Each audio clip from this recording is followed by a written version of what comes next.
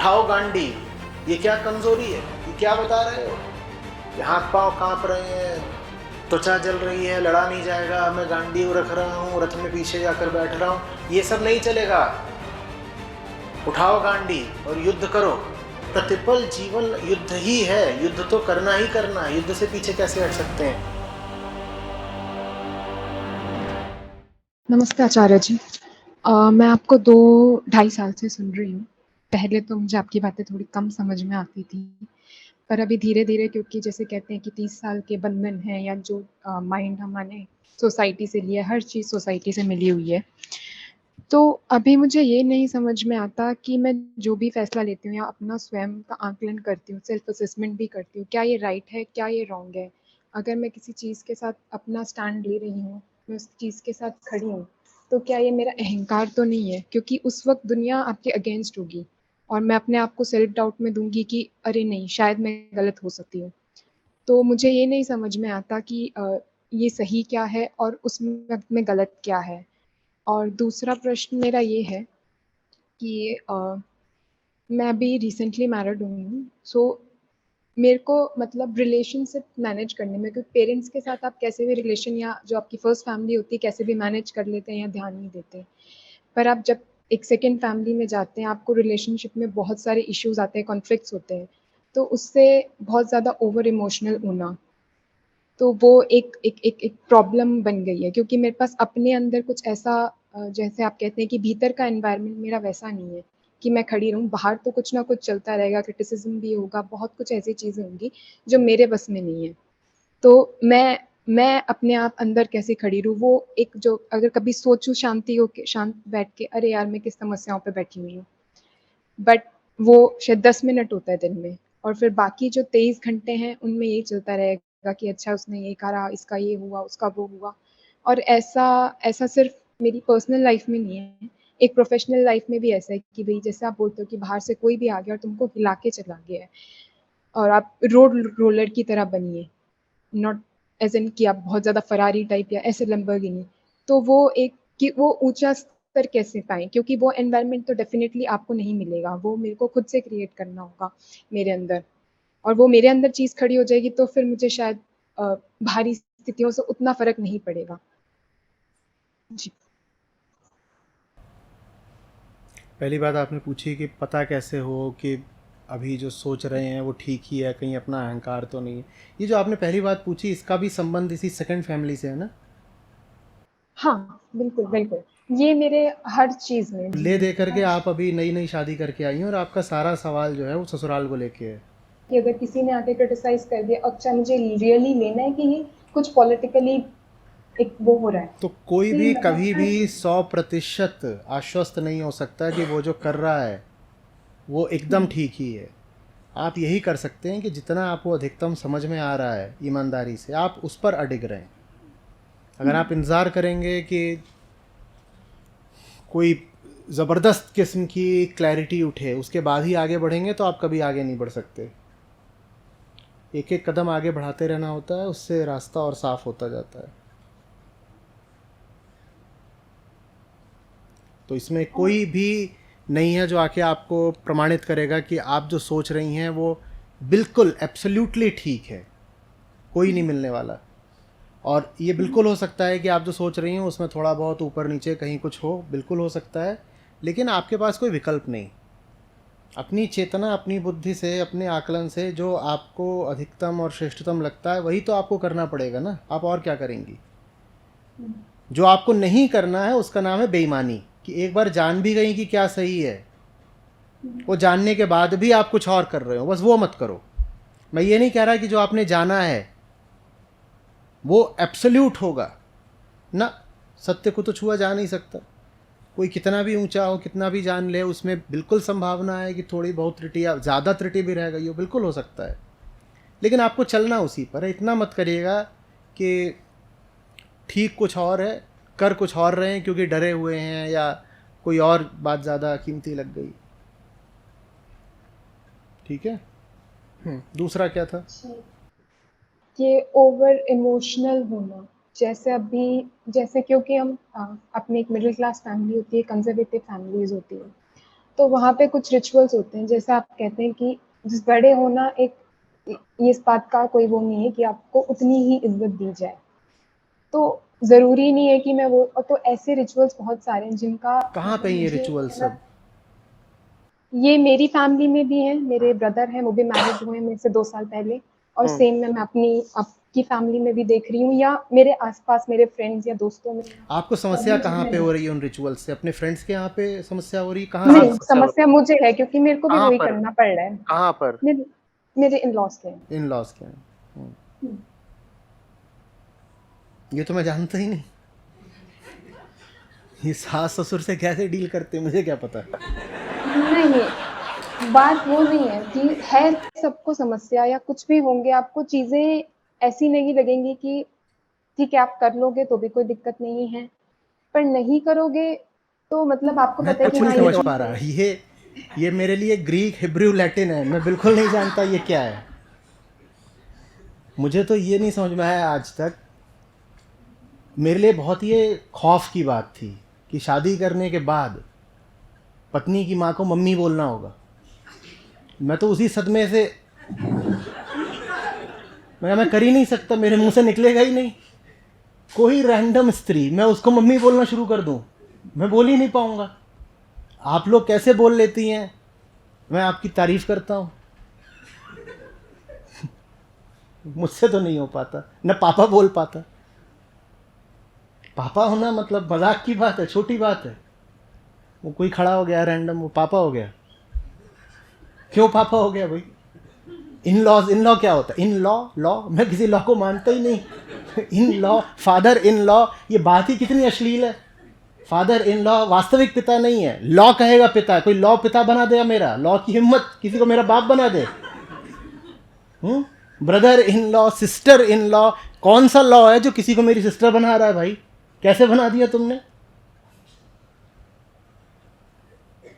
ये सब मैं नहीं जानता। आप चली गई हैं, रह रही हैं, मैं उसमें क्या कर सकता हूँ। ऊपर से पूछ मुझसे नहीं, मतलब मैं तो आपके अनाड़ीपन की दाद देता हूँ। किस आदमी से क्या पूछने आए हो? मैं महानाड़ी, मुझसे पूछेंगी तो और खटपट हो जाएगी।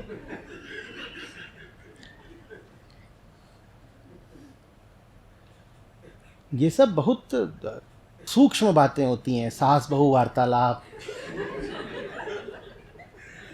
इनमें चेतना के सूक्ष्मतम तंतुओं को छुआ जाता है।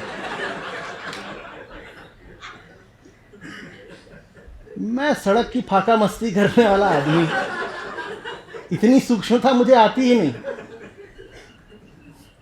मुझे नहीं पता सासू माँ किस बात पे नाराज हो जाती हैं, और जहाँ सास है वहाँ कोई देवरानी भी हो सकती है, जेठानी भी हो सकती है। अब रसोड़े में कौन था मैं क्या जानूं। तो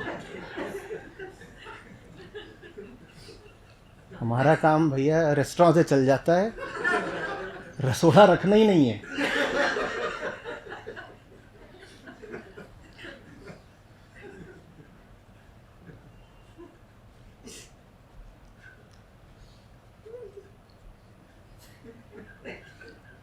माफ़ करिएगा मैंने आपको निराश किया, लेकिन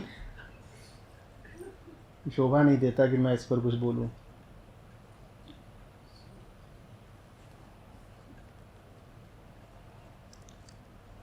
और कोई ज्ञान रहा हो नहीं रहा हो, 18-19 की उम्र से इतना मुझे समझ में आ गया था कि सन इन लॉ जैसा तो कुछ हो ही नहीं सकता।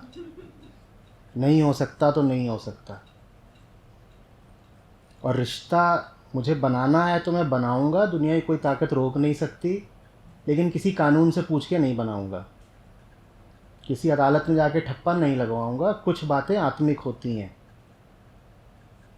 वो चौराहे पर प्रदर्शनी करके नहीं करी जाती। मुझे किसी के अगर साथ रहना होगा तो उसके लिए मैं पंडाल में तंबू लगा के 1000 लोगों को बुला करके पहले एक नुमाइश नहीं करूँगा। आत्मा दिखाते फिरते हो क्या किसी को? प्रेम आत्मा की बात होती है।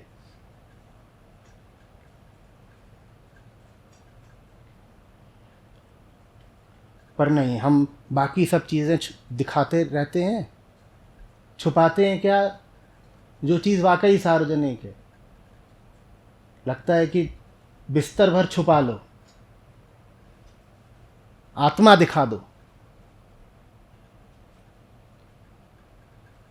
दो लोगों को साथ रहना है, उसमें ये इतने सारे बाकी कहाँ से घुसे हुए हैं, मुझे समझ में ही नहीं आया। न तब आया ना आज तक आता है।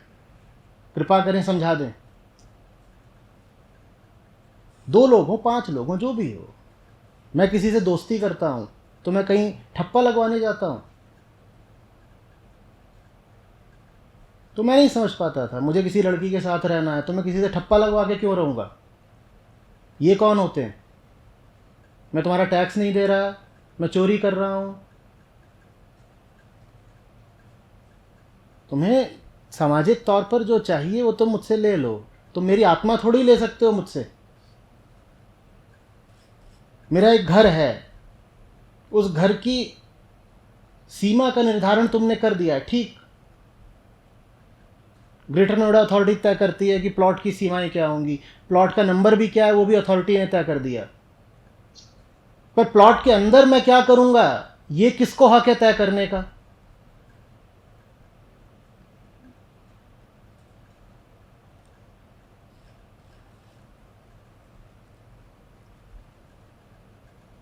शरीर का जो बाप होता है ना, उसके बाद बस एक बाप हो सकता है, उसका नाम है गुरु। कोई फादर इन लॉ जैसी चीज हो ही नहीं सकती।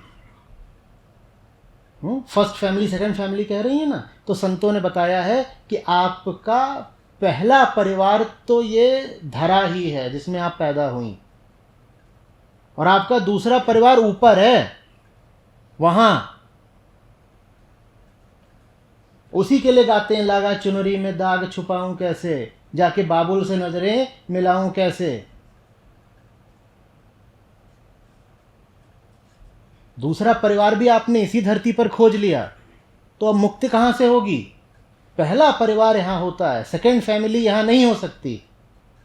सेकंड फैमिली वहां होती है।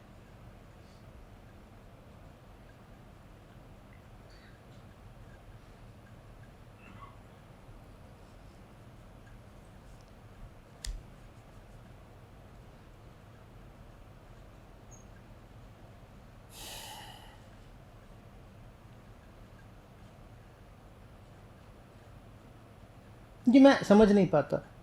आप यहाँ बैठी हुई हैं, आप महिलाएं, आप अपना घर छोड़ क्यों जाते हो? पहली बात तो आप जहाँ रहते हो वो भी बहुत ज़्यादा आपका घर नहीं है।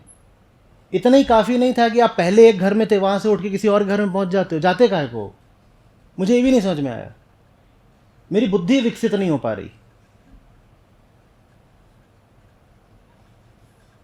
किसी के घर में जाने का मतलब क्या है? क्यों गए? क्या करने गए थे? घर नहीं था अपने पास?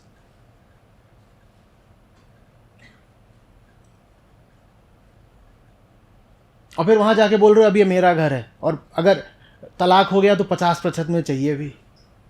ये भी समझ में नहीं आता। पहली बात तो गए क्यों? और गए भी हो तो याद रखो किसी और का है। पहला वाला भी तुम्हारा नहीं था, दूसरा वाला तुम्हारा कैसे हो गया?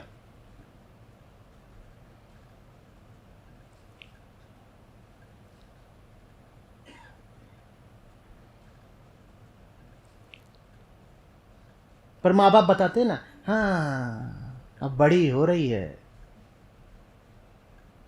अब अपने घर जाएगी। और जहाँ कहाँ बड़ी हो रही है तहाँ वो बच्ची समझ जाती है कि क्या है, वो जल्दी से दुपट्टा ठीक करती है, कहती है इनकी तो नज़र, तुरंत शुरू हो जाते हैं बड़ी हो रही है, अपने घर जाएगी। अपना घर क्या होता है? थोड़ा सा उनके पास चले जाओ जिन्होंने जीवन को जाना है, वो तुम्हें बताएंगे अपना घर क्या होता है। घर बोलते किसको हैं?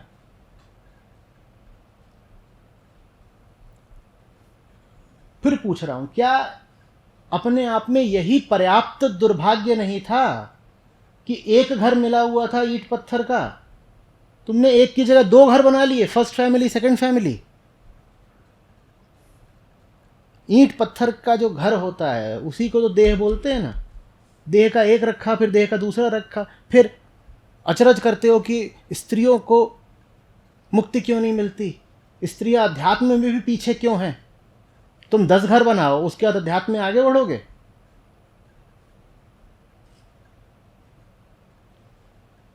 घर न्यूनतम रखो, छोटे से छोटा रखो ना। ये सब बताया करो घर के काम करने होते, घर के काम करने होते। एक बार मंडली ऐसे ही बैठी हुई थी, मैंने उनसे बहुत बात करी। मैंने कहा ये जो घर के काम है ना, यही नर्क है तुम्हारा। ये क्या, क्यों इतने घर के काम करने होते? तो कुल समझाने के बाद उन्होंने निष्कर्ष ये निकाला कि ठीक है, घर के काम तो रहेंगे, लेकिन अब से घर के और लोगों से भी करवाएंगे, पति से भी करवाएंगे, इनसे भी करवाएंगे। माने वो इतना तो समझने को तैयार हैं कि घर के काम में सब हाथ बटाएं, इसके लिए वो राजी हो गई।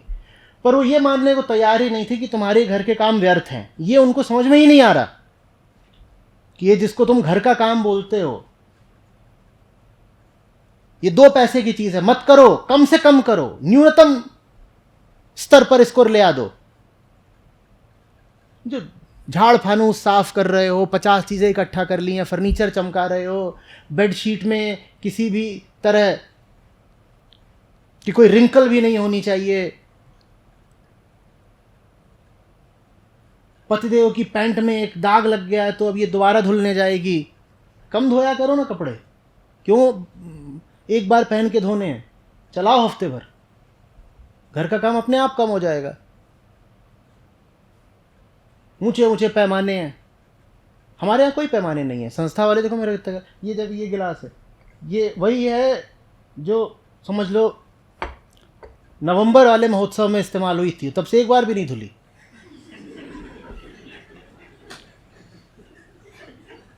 ठीक, इसे कहते हैं काम कम करना। ये जो देख रहे हो जिस पे मैं बैठा हूं, ये कोई यूं ही आकर के रख गया था बोधस्थल में। हम काम इतना कम करते हैं कि इसको बदला तक नहीं, यही दे दिया जाता है मुझे, बैठ जाओ, जबकि इस पे बैठना बड़े खतरे का खेल है। ये चुभता है और ये बहुत दूर है। ये टेबल अभी इसको उठाएंगे, इसकी एक टांग गिर जाएगी। ये तो संस्था का भी नहीं है, ये मेरी व्यक्तिगत चीज है, 15 साल पुरानी।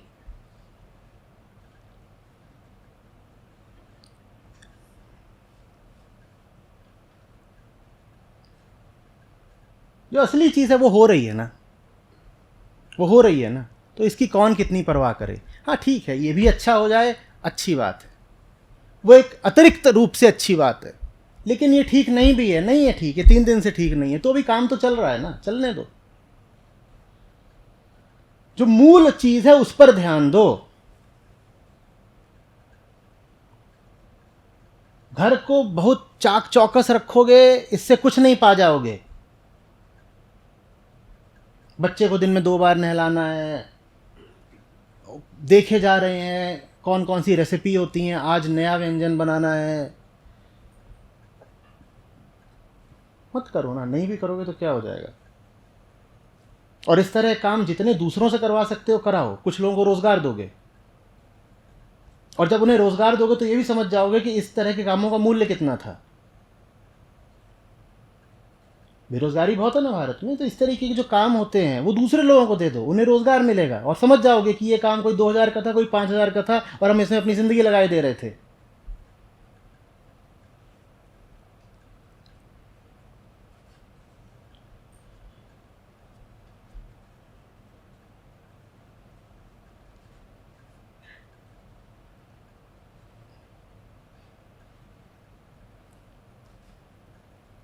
बूढ़े हो जाइए, कुछ भी हो जाइए, किसी पे आश्रित मत हो जाइएगा कि अब तो घर में बहू आ गई है तो अब बहू साफ करेगी ना।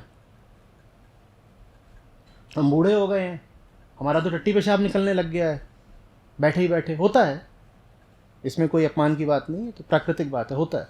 लेकिन अब बहू आ गई है तो वो साफ करेगी, ये मत करवाइएगा किसी से, ना बहू से ना दामाद से।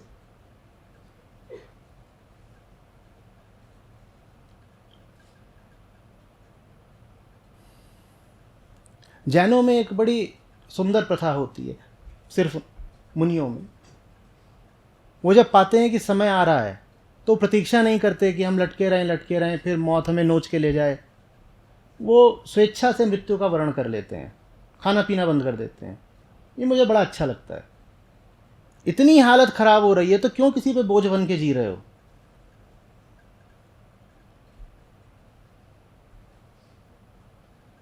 बहुओं को भी लगता है कि कुछ काम कर दो और ज़्यादा, ये सफाई कर दो, वो कर दो, उससे सासू माँ खुश हो जाएंगी। ये रिश्ता कैसा है, क्यों है?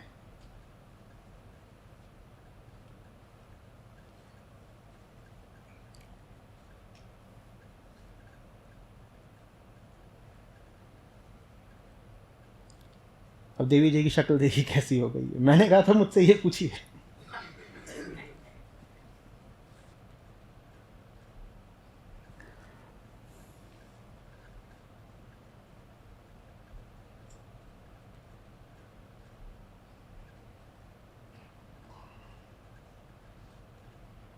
इस जगत में एक मम्मी काफी है, दूसरी मम्मी फिर महामाँ को ही रहने दो।